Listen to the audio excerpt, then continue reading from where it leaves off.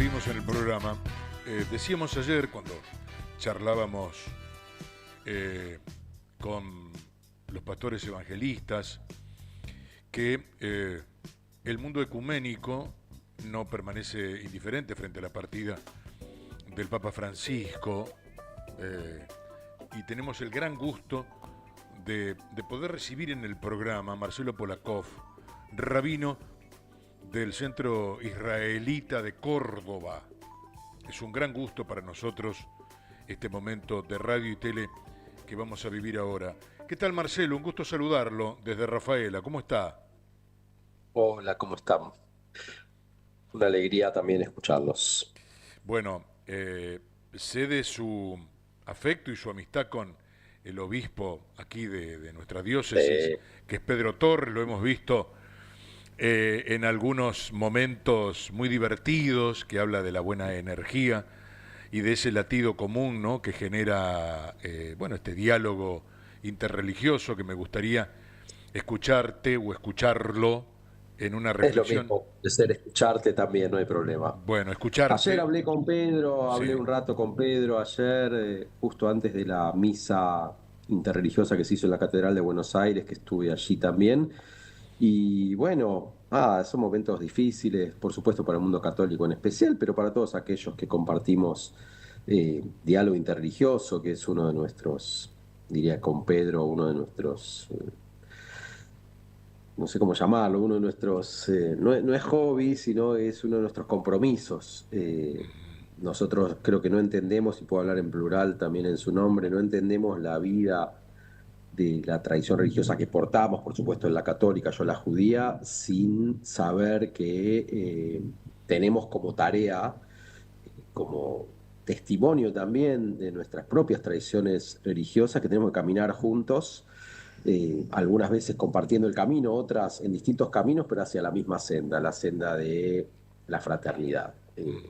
A veces los países o las sociedades se ufanan demasiado en tratar de lograr libertad, a veces lograr igualdad, a veces un poquito de cada una, pero es como que nosotros notamos que falta del trío famoso de la Revolución Francesa el tema de la fraternidad, y probablemente no tengamos del todo armada la sociedad en términos de igualdad y de libertad, porque nos está faltando un poco de la pata de la fraternidad. Entonces, la fraternidad no es un concepto vacío, sino que es un concepto que algunos de aquellos que tenemos esta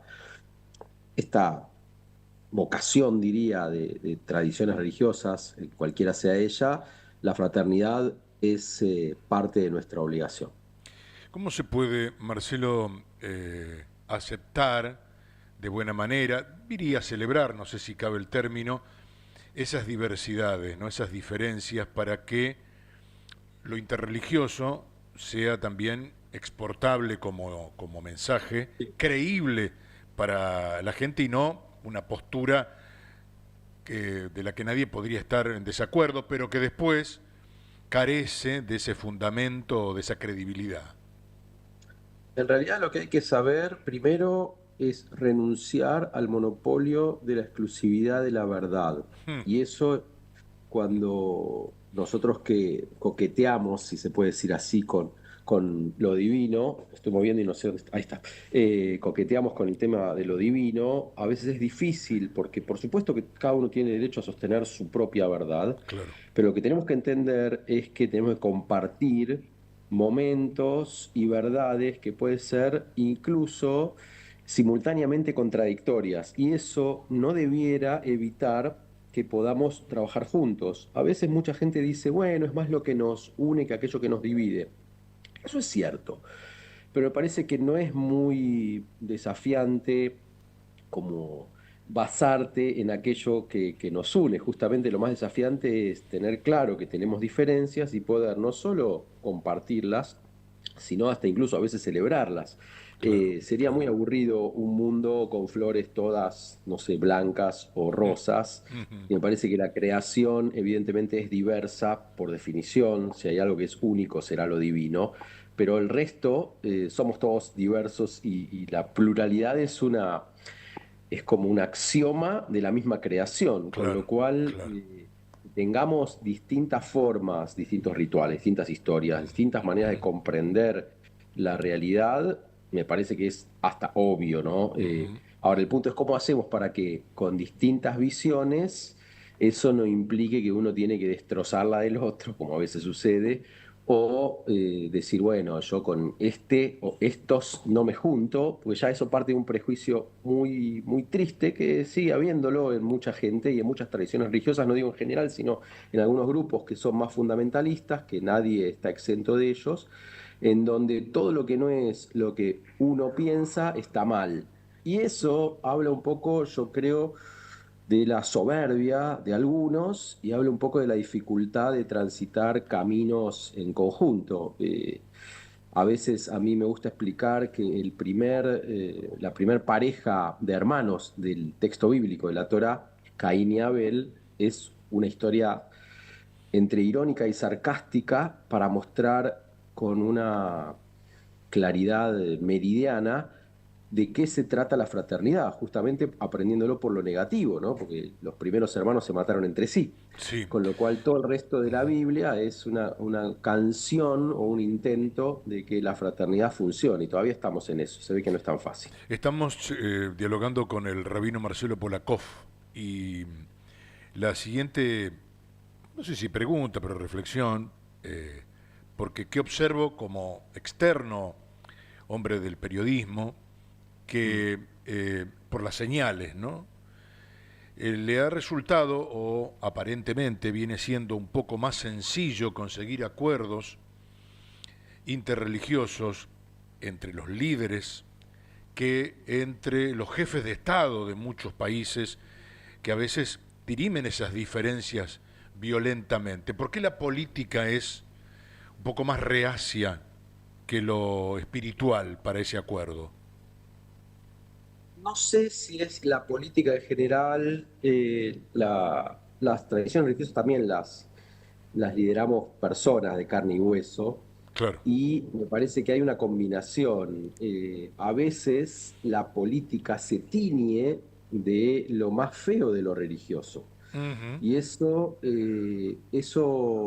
la verdad es que termina lastimando, porque cuando se mezcla la política y lo religioso, el cóctel ese suele ser bastante explosivo. Me parece que el liderazgo político debiera escuchar, y me parece que, bueno, en eso el Papa tuvo un rol importante, debiera escuchar la voz de las tradiciones religiosas, pero especialmente las voces que, bueno, pontifican en el sentido que son puentes, ¿no? Y no son ni barreras, ni grietas. Entonces, cuando la política asume los valores que muchas de las tradiciones religiosas portamos, y justamente no aquellos que están asociados a lo extremo, al extremismo, al fundamentalismo, parece que ahí la combinación es buena, ¿no? Pero siempre en un sentido de escucha y de preocupación por valores compartidos. Cuando la política, insisto, se junta con lo religioso desde el punto de vista gubernamental o Ujú. estatal, Ujú. no suele ser algo muy que tengamos como, no sé, experiencias así suaves, más bien todo lo contrario, ¿no? Algunas teocracias se convierten en dictaduras hiperreligiosas fundamentalistas. Esto nadie está exento y la historia nos demuestra también con varios litros y toneladas de sangre que esto no ha sido bueno. Entonces me parece que también uno a veces tiene que aprender por la negativa, como decía el caso de Caín y Abel. Desde lo ecuménico, ¿qué expectativa tenés eh, por la sucesión del Papa Francisco? Mira, desde el año 1965, van a ser 60 años en octubre, que el Vaticano produjo un documento llamado Nostra Aetate, en realidad, que ya el vínculo desde la tradición católica hacia el resto de las religiones, especialmente con la judía, que fue cada vez mejorando a medida que pasaba el tiempo. Sí. Juan Pablo II en esto fue muy importante, también Benedicto en su modo, y el Papa Francisco ni que hablar, porque lo que hacía ya cuando era sacerdote o cuando era obispo, cuando era arzobispo de Buenos Aires con temas de diálogo interreligioso, lo siguió haciendo ahora en estos años de Papa a nivel global. Parece que eso son caminos que no debieran abandonarse, sino que debieran al revés, debieran profundizarse porque a la larga le hacen bien a todos. Me parece que le hace bien al mundo católico, le hace bien y a todos los demás cuando nos embarcamos en un diálogo que no tiene que ver con imponer ideas o tratar de convertir o convencer al otro, sino de poder sostener diferencias, pero entender que hay objetivos comunes que por supuesto acordamos todos y que son los más importantes y hasta son tan obvios que da vergüenza decirlos, pero Claro, todavía no hemos claro. llegado a una humanidad en donde los débiles sean mejor tratados, no hemos todavía arribado a una humanidad donde los conflictos se resuelvan por otras vías que no sean las de la violencia, no hemos llegado a una humanidad donde todavía no tengamos tradiciones religiosas o pequeños grupos de tradición religiosa que hagan del terrorismo su bandera. Entonces, todavía nos falta mucho, nos falta mucho. Marcelo es el rabino Marcelo Polakov. Ha sido un gran gusto recibirte en el programa en este tiempo de reflexión que todos estamos atravesando, sobre todo desde la Argentina, que produjo este fenómeno de un papa del fin del mundo, con estas repercusiones después de 12 años de papado y frente a su fallecimiento. Gracias por el aporte, un saludo también al doctor Carlos Zimmerman, que también me ha pro proporcionado tu contacto, y a Monseñor Pedro Torres, con el que una amistad, una cuestión de piel. Un gusto haberte recibido, ¿eh? Gracias. Muchas gracias, y que lo recordemos como una bendición, como se dice en hebreo, Sigronol y Braja, que así se ha recordado el Papa. Un saludo cordial, gracias. Uf, qué bueno.